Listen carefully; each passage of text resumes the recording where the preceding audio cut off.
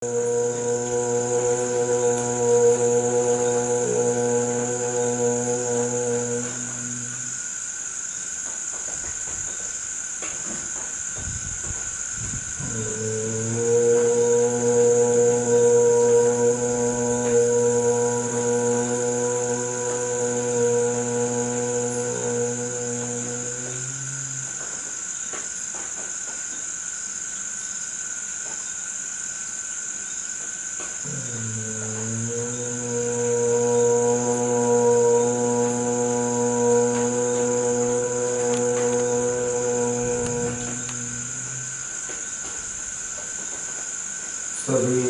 आत्मीय जनों को ओम जय भगवान। आज ऋषि पंचमी का त्योहार है। हमारे शास्त्रों में भाद्रपद शुक्ल पंचमी को ऋषि पंचमी के त्योहार के रूप में मनाया जाता है। ऋषि पंचमी का त्योहार मत्स्य अवतार एवं सप्त ऋषियों से जुड़ा हुआ है। और कल गणेश चतुर्थी का त्योहार था।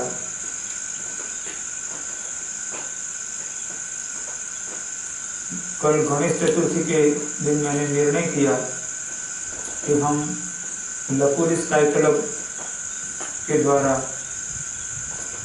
1 लाख वृक्षारोपण, उस वृक्षों का संरक्षण और संवर्धन आयोजन करेंगे। उसके लिए कल गणेश चतुर्थी से शुरू कर 16 अप्रैल 2022 यानी कि चैत्र पूर्णिमा 2022 तक का समय निर्धारित किया। यानी करीब 20 महीने जितने समय में 1 लाख वृक्षारोपण करना, उस वृक्षों का संरक्षण और संवर्धन करना। यदि कोई वृक्षारोपण के कुछ वक्त बाद यदि नष्ट हो जाता है तो उसकी जगह दूसरा वृक्षारोपण करेंगे यानी रिप्लेसमेंट करेंगे। हम सब मकान निर्माण करते हैं, या तो जैसे रास्तों का निर्माण किया जाता है, खेल कूद के लिए मैदान इत्यादि और दूसरी व्यवस्थाओं के लिए वृक्षों को काटते हैं और कई बार वृक्षों को नष्ट भी करते हैं। जीवन की आवश्यकता पूर्ति हेतु वृक्ष का उपयोग किया जाए वो तो विवेक योग्य बात है, किंतु कभी कभार मनोरंजन के लिए या तो आवश्यकता न हो फिर भी हम वृक्षों का छेदन करते हैं, वृक्षों को काटते हैं, वृक्षों को नष्ट करते हैं। वह अयोग्य है, अनुचित है। वृक्ष से हमें शुद्ध हवा मिलती है, भोजन मिलता है, अनेक प्रकार की सुखाकारी की व्यवस्था मिलती है। हमारा दायित्व है कि ज्यादा से ज्यादा वृक्षारोपण हो, वृक्षों का संरक्षण और संवर्धन हो। पृथ्वी पर मानव की बस्ती दिन ब दिन बढ़ती जा रही है।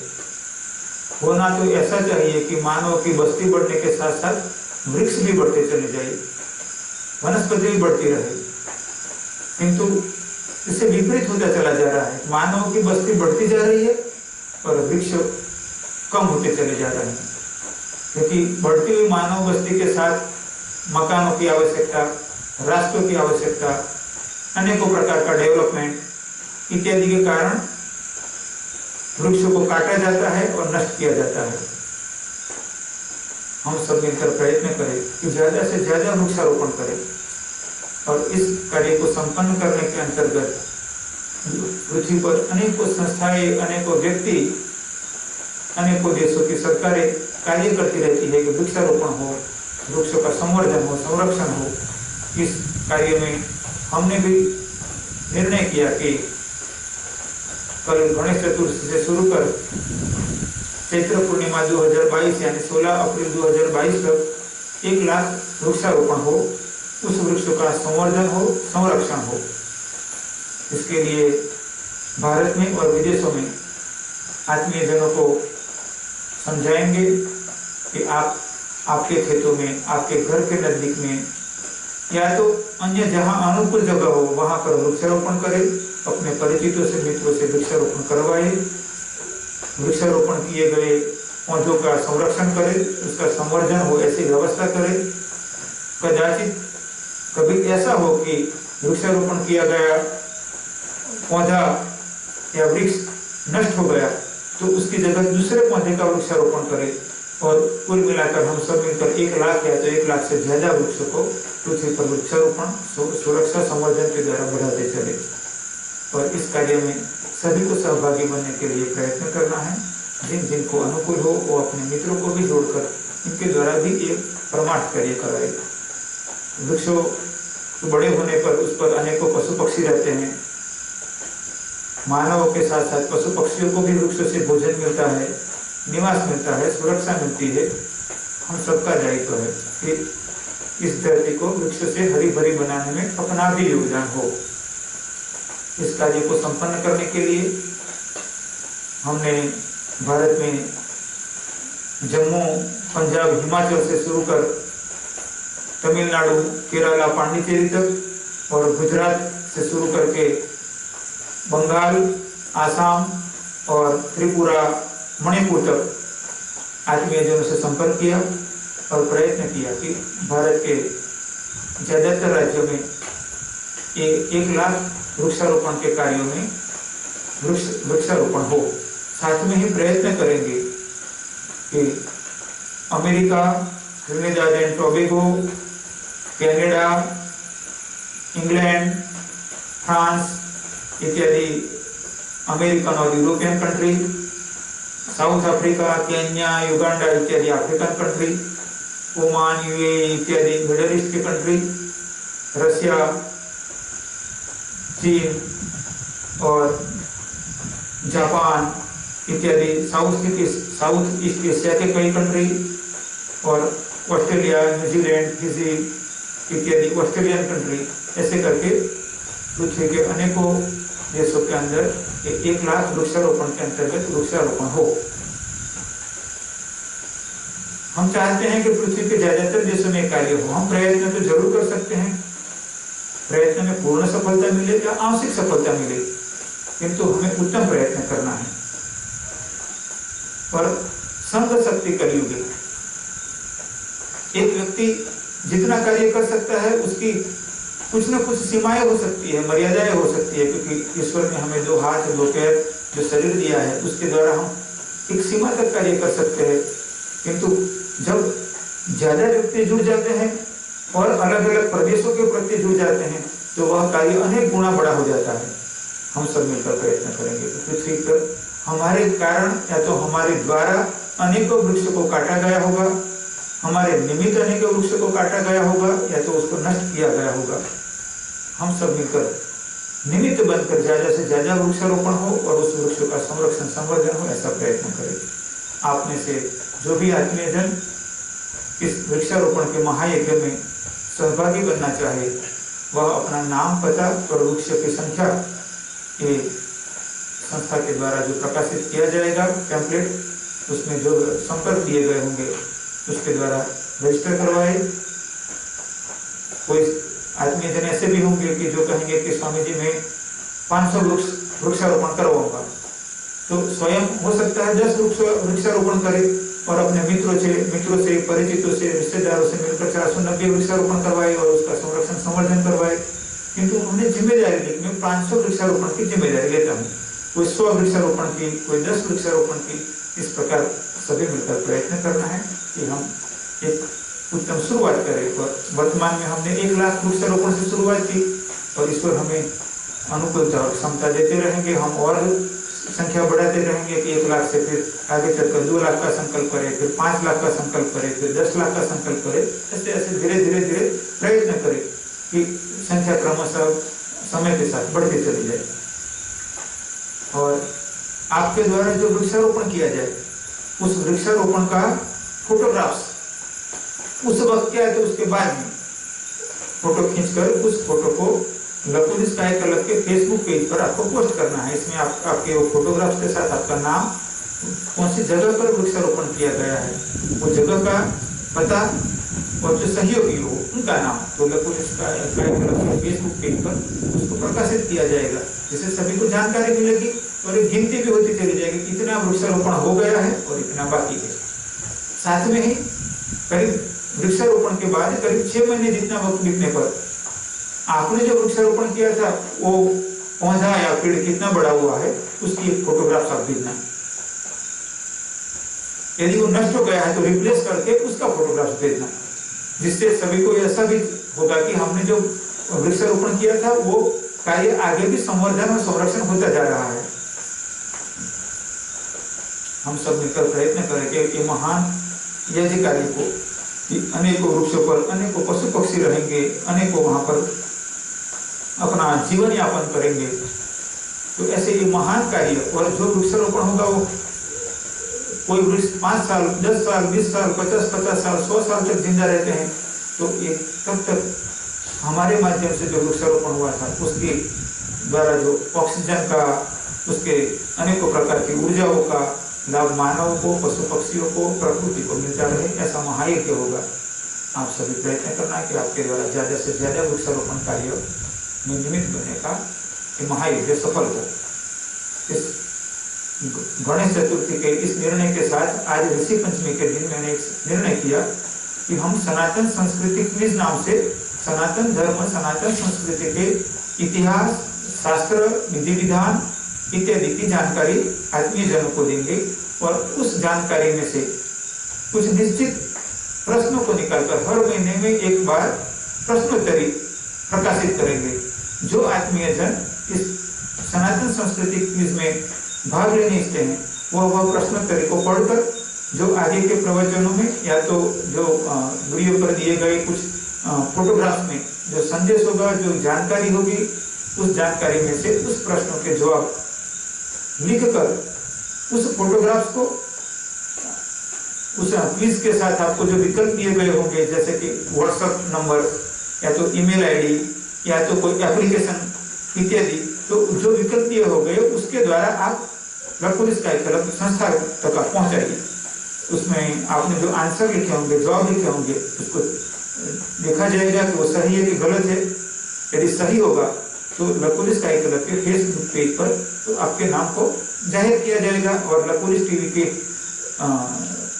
एक वीडियो में भी आपके नाम जाहिर किए जाएंगे कि इन व्यक्तियों ने इस महीने के क्विज को पूर्ण सफलता से पार किया है। और जिसको पूर्ण सफलता नहीं होगी, उनके नाम प्रकाशित नहीं होंगे, तो वो फिर दोबारा जब रिटेस्ट होगा तो उस रिटेस्ट को दे सकते हैं। इस प्रकार छोटे बच्चे, युवा, महिलाओं में, बड़ों में, बुजुर्गों में सनातन संस्कृति का ज्ञान, जानकारी बढ़ती चली जाएगी और अपनी जानकारी को वो प्रश्नोत्तरी के जवाब देकर जांच भी सकेंगे। और यदि उनको कुछ पता नहीं है तो अगली वीडियो में देखकर भी अपना ज्ञान, जानकारी बढ़ा सकेंगे। जो व्यक्ति ऐसे क्रमशः सभी क्विज को पास करता चला जाएगा तो आगे चलकर जब 12, 15, 20, 25 क्विज में जो सफलता प्राप्त करेंगे, उनको पसंद करके उनमें से जो निश्चित व्यक्तियों को जिन्होंने पास कर लिया है सभी क्विज, उनको उनसे संपर्क करके उनको अलग से व्यक्तिगत रूप से भी सनातन धर्म, सनातन संस्कृति का ज्ञान, विज्ञान, मार्गदर्शन मिलता रहे, ऐसा आयोजन किया जाएगा।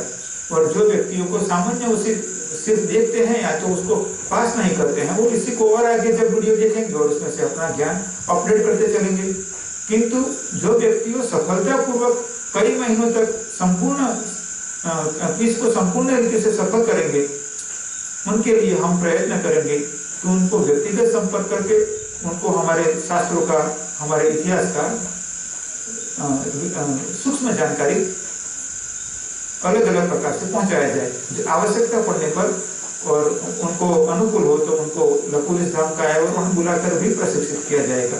इस प्रकार जो इसके लिए मुमुक्षु है उनको सूक्ष्म या तो गहन मार्गदर्शन भी मिलता रहेगा और बाकी सभी लोगों को प्राथमिक जानकारी भी मिलती रहेगी। इसी अंतर्गत आज ऋषि पंचमी है। ऋषि पंचमी के दिन प्रथम सप्त ऋषियों के नाम से शुरुआत करते हैं कि हमारे सनातन धर्म में सप्त ऋषियों के क्या नाम। तो सप्त ऋषियों के नाम में हमारे शास्त्रों ने कहा कि कश्यप, अत्रि, भारद्वाज, विश्वामित्र, गौतम, जमदग्नि और वशिष्ठ, ये 7 सप्त ऋषि के नाम से पहचाने जाते हैं। हमारे शास्त्रों ने कर्म का सिद्धांत समझाया इसमें कर्म को 3 प्रकार में वर्गीकृत किया, संचित कर्म, प्रारब्ध कर्म और क्रियमाण कर्म। हम जो भी कर्म करते हैं, चाहे वो अच्छा हो, बुरा हो, भलाई का हो या अहित का हो, वह कर्म संचित में जमा होता है। संचित में जमा हुए कर्मों में से कुछ कर्म निश्चित होते हैं वर्तमान में फल देने के लिए या भविष्य में फल देने के लिए, यानी कि कुछ वक्त के बाद या तो दूसरे जन्म में फल देने के लिए। तो जो निश्चित होता है उसको कहते हैं प्रारब्ध कर्म, और वह निश्चित हुआ कर्म फल जब फल देने का शुरू करना हो, करने वाला हो या तो कर रहा हो, तो वो कहते हैं क्रियमाण कर्म, कि अब वो फल देने लगेगा।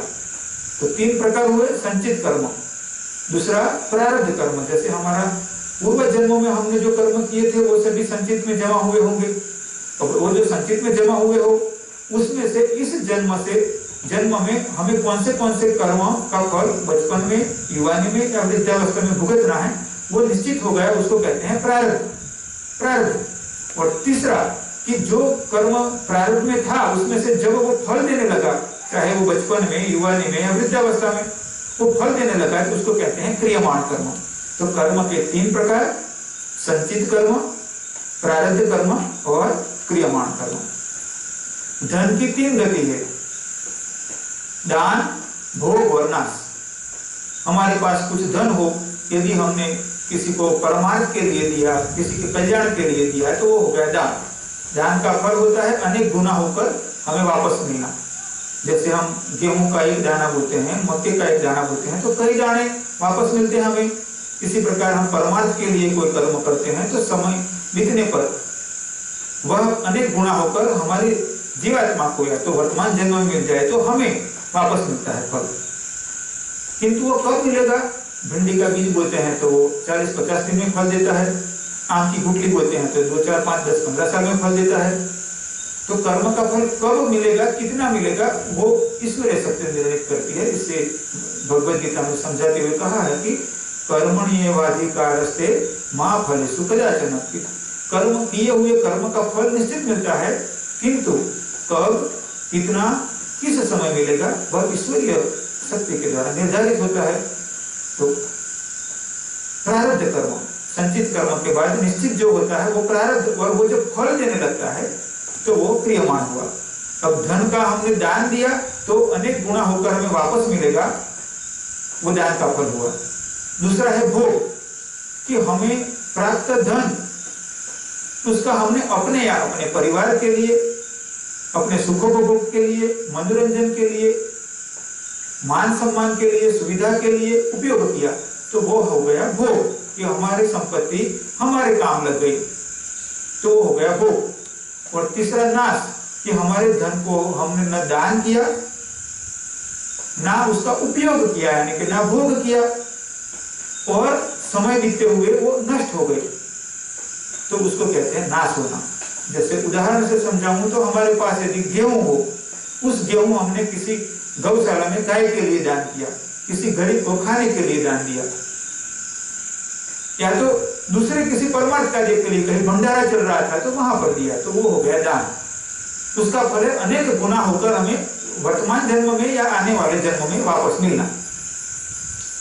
दूसरा है कि हमने वह गेहूं अपने घर में लड्डू बनाने के लिए, पूड़ी बनाने के लिए, रोटी बनाने के लिए, दूसरे कुछ व्यंजन बनाने के लिए उपयोग किया। इसमें से हमने खाया, परिवार ने खाया और मित्र मंडल ने खाया इत्यादि, हमने इसका उपयोग किया, तो वो हो गया भोग। और तीसरा कि वह गेहूं हमने न किसी को परमार्थ के लिए दान में दिया, न अपने घर में भी उपयोग किया, और वह स्टोर ऐसे ही पड़ा रहा, वक्त बीतते हुए बिगड़ गया, सड़ गए गेहूं और धीरे धीरे वो नष्ट हो गए। वो न हमारे खाने के काम आया, न दूसरों के देने के काम आया, वो फेंक देना पड़ा, तो हो गया नाश।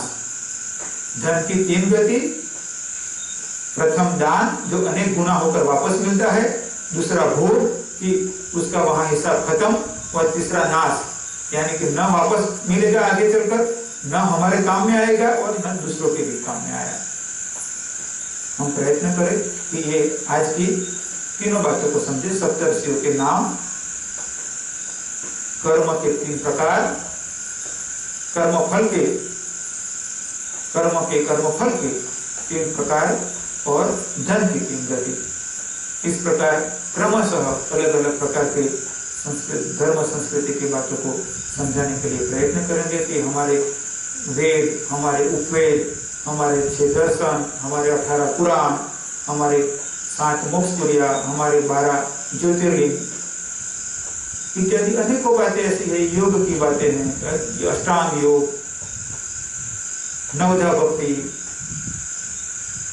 देव पूजन कैसे किया जाए, संध्या कर्म कैसे किया जाए, सुबह में उठते वक्त क्या किया जाए, कौन से मंत्रों का उच्चारण किया जाए, तो इत्यादि अनेकों बातें हैं जो क्रमशः समझाया जाएगा।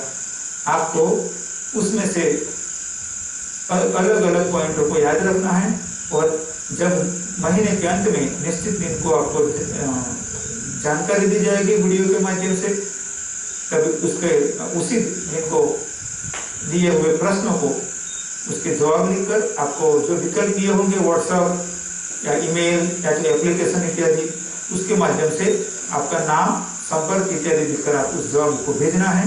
यदि मान लो इसमें कुछ कमी होगी तो आपको सूचित किया जाएगा कि भाई आप सुधारो। यदि वो संपूर्ण कंप्लीट होंगे तो आपका नाम पब्लिश किया जाएगा। फिर दूसरे महीने आगे फिर से एक नया शिक्षण होगा। यदि मान लो कोई इसमें सफल नहीं कर पाया तो रिटेस्ट भी दे सकता है, दोबारा रिटेस्ट की तारीख होगी उस दिन रिटेस्ट दे सकते हैं। और ऐसे करके आपका ज्ञान बढ़ाते चले।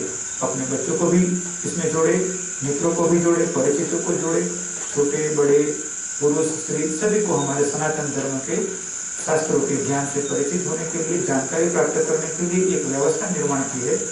और जो व्यक्ति इसमें इस वीडियो को सुनकर उस जानकारी को इसमें संपूर्ण रीति से सफल करता है, तो ऐसे कई महीनों तक सतत चलने पर उसके ऐसे व्यक्तियों को संपर्क करके उनको उनकी रुचि अनुसार कर्म, ज्ञान, भक्ति, साधना, शास्त्र, इतिहास इत्यादि का ज्ञान, जानकारी उनको अलग से व्यक्तिगत रूप से दिया जाएगा। और उसमें भी फिर उनको जो जानकारी दी गई है उनका टेस्ट दिया जाएगा। फिर उसमें सफल होने पर और आगे जानकारी दी जाएगी। इस प्रकार आप अपने घर परिवार में रहते हुए अपना कार्य करते हुए हमारे सनातन धर्म के शास्त्रों, सनातन धर्म के सिद्धांतों, इतिहास इत्यादि की जानकारी प्राप्त करेंगे और आगे बढ़ेंगे। ऐसा आयोजन है। आप इसमें ज़्यादा से ज़्यादा अपने जीवन को जोड़कर के धर्म प्रसार के कार्य में, संस्कृति प्रसार के कार्य में, हमारे ज्ञान विज्ञान के प्रसार के कार्य में सहभागी बने। अंत में ईश्वर से प्रार्थना करता हूँ कि हमने जो 2 कार्यों का आयोजन किया, 1 लाख वृक्षारोपण का और ये सनातन संस्कृति क्विज के द्वारा सनातन संस्कृति के मूल्यों का प्रसार का, इन दोनों कार्यों में हम उत्तम कार्य कर सके और अनेकों लोगों को जोड़ सके। ईश्वर से प्रार्थना करता हूँ हम सबको ऐसी मति, शक्ति, परिस्थिति और क्षमता प्रदान करे जिससे हम उत्तम रीति से धर्म मार्ग पर आगे बढ़े, स्व कल्याण के साथ सर्व कल्याण करे। ओम जय भगवान।